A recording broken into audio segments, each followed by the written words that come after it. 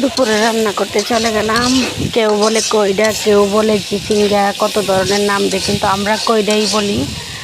এটা কয়টাটা হলুদ, হালকা একটু হলুদ আর পেঁয়াজ, কাঁচামরিচ এসব দিয়ে তারপরে ডিম দিয়ে রান্না করি। ডিমটা এখন ছেড়ে দিয়েছি, এখন গুটে নেব। ডিম দিয়ে এভাবে ভাজি করলে অনেক টেস্টি হয়, অনেক ভালো লাগে। এভাবে কয়টা ভাজি করি।